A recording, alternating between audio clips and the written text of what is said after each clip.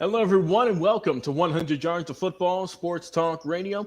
I'm your host and producer for this NCAA Week 11 game preview between the Ole Miss Rebels and the Georgia Bulldogs. And, Vincent, it is time. It is time. We got a tremendous SEC battle here, Ole Miss and Georgia. I want to hear, first and foremost, sir, how you doing this afternoon? I'm fired up. How are you? Hey, I see you got some of that dog meat in you this today, and seem like you're very excited. People don't realize here on 100 Yards Football, Logan's favorite team is the Georgia Bulldogs, and he said that if they repeat, they'll be considered one of the greatest football programs of all time. I kind of have to agree with him. So Saturday night in Athens, Georgia.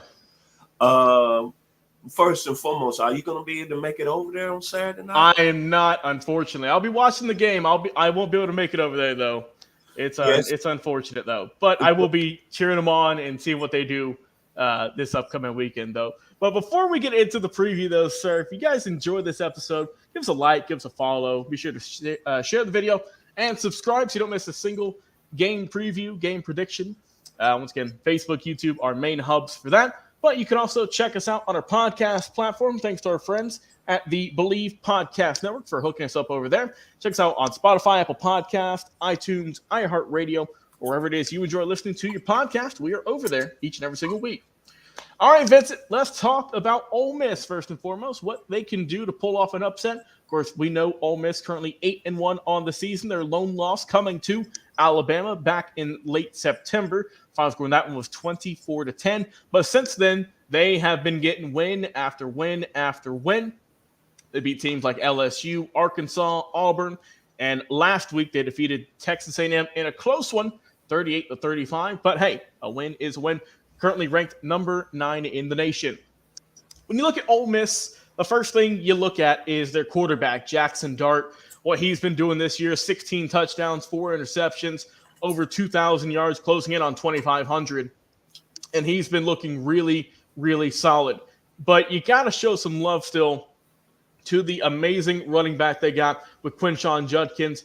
169 carries for 793 yards, 4.7 average. He's a bruiser. He's got 12 touchdowns, though. He's paying off for that hard work, though. And behind him is Ulysses Bentley, the fourth. He's got 388 on the ground, 67 carries, 3 touchdowns for him. I mentioned Jackson Dart in the passing game, looking solid. He can get it done with his legs as well. 334 yards for the young man, 7 TDs. All in all, Ole Miss, 24 rushing touchdowns for them this season.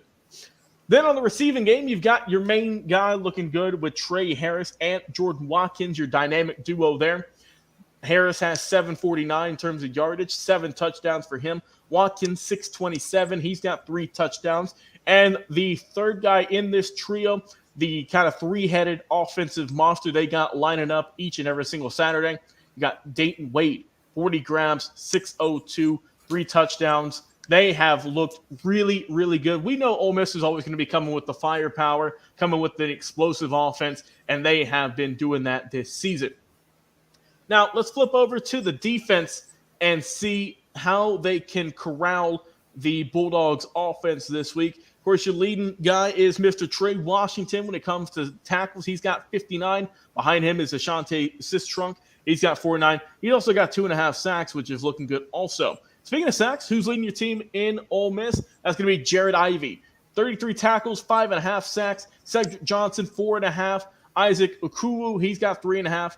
And you got Centurine Perkins. He's also got 3.5. All in all, 31 tackles for the Rebels. They're putting in good work. And in the secondary, 10 INTs, 32 passes defended. You've got some great players out there like John Saunders Jr., Trey Washington, who I mentioned, Samari Walton, Dejon Anthony. They've got a lot of solid players, Vincent. But will it be enough to beat the Bulldogs? Give me your thoughts on Ole Miss coming into this SEC rivalry. Well, looking at Lane Kiffin, man, as the head coach, can you honestly say that we could be surprised at the job he's done at Ole Miss? He's had them very competitive, man, since he's been there. Mm-hmm. And I consider him the Lincoln Riley of the SEC. The guy has a tremendous mind offensively, but if Ole Miss had any little amount of defense, which they're playing better this season, right, then Ole Miss, we'd probably be talking about them of the days of Archie Manning, man. I mean, I'm very impressed with what Lane Kiffin has done over there at Ole Miss. We know they can score the football. They got a top flight quarterback, another NFL prospect in Mr. Dark. They got an NFL running back in Mr. Junkins. They got an NFL receiver, Mr. Harris. Defensively, this is where I think if you're going to beat Georgia, you got to control them in different facets. That's in the run game.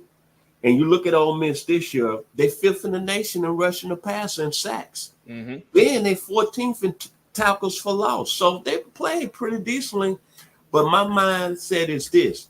To beat Georgia, you got to play a full 40 minutes of football. And see, Ole Miss likes to play up-tempo. And if Ole Miss hits a rug in the football game where they can't go up-tempo and they're going against, to me, still the best team in the country, then you know what Georgia going to do? Georgia going to control the tempo. They're going to be able to run the football. And then, hey, Dog Nation, that's all I can say. Ole Miss is going to have to play a complete game for 40 minutes. Yes, sir. And you just mentioned it. Let's talk about these dogs. Currently undefeated on the year, perfect 9-0. Currently number 2 in the college football ranking, behind, of course, the Ohio State, who's ranked number 1. But looking into this matchup here, Georgia, they faced off against Missouri last week, got the 9-point victory, 30-21.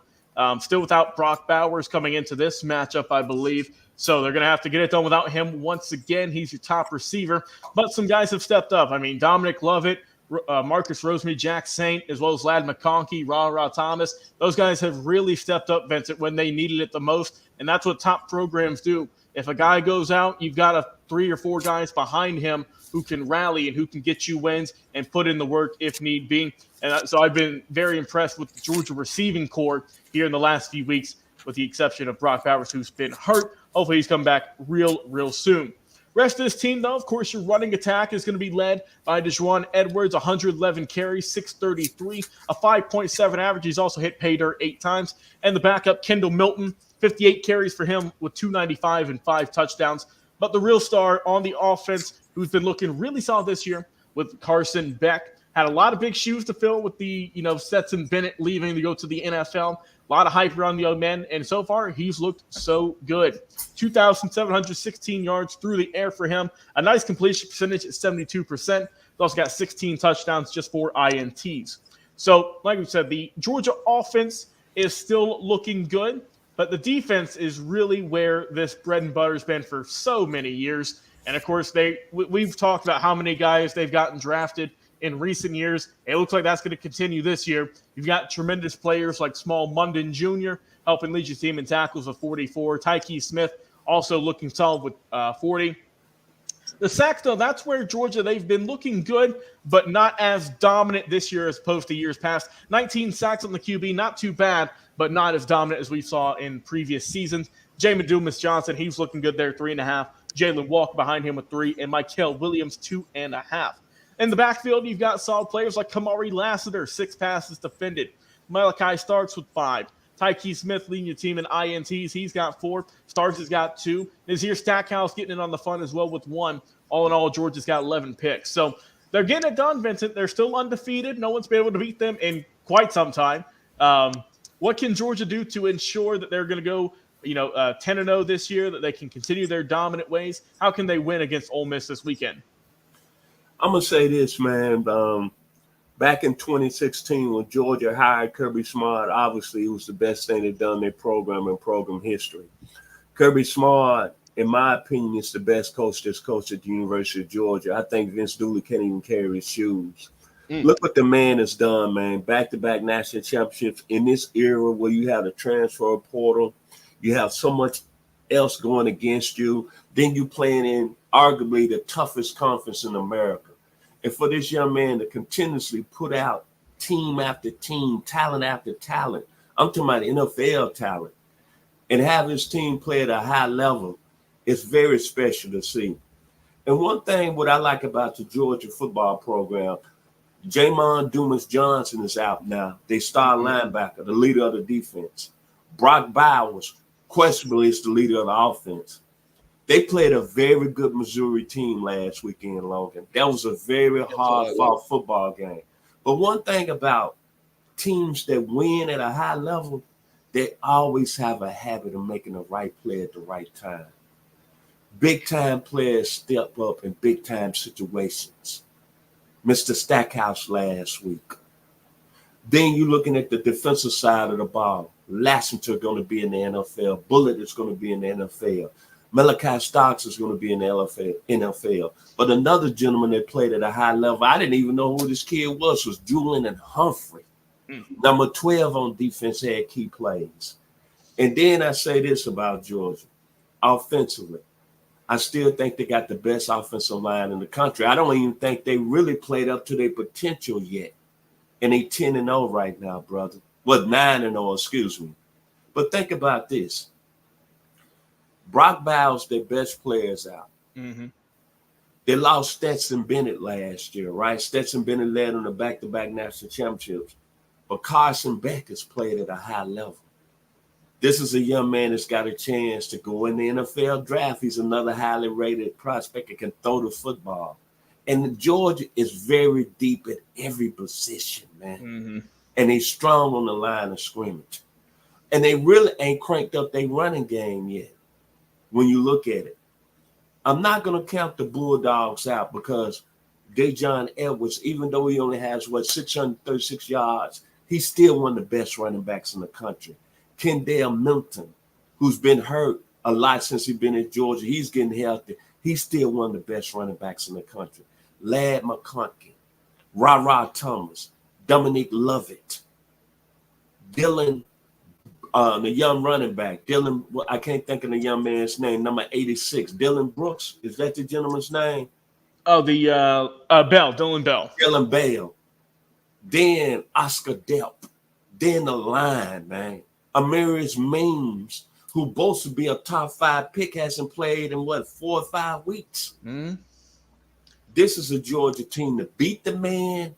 You got to defeat the man. And one thing about Kirby Smart in this great run that Georgia's had is that every time you think that a team is going to come in and challenge them, let's go back to Tennessee last year. What did Georgia do? They got the win over them.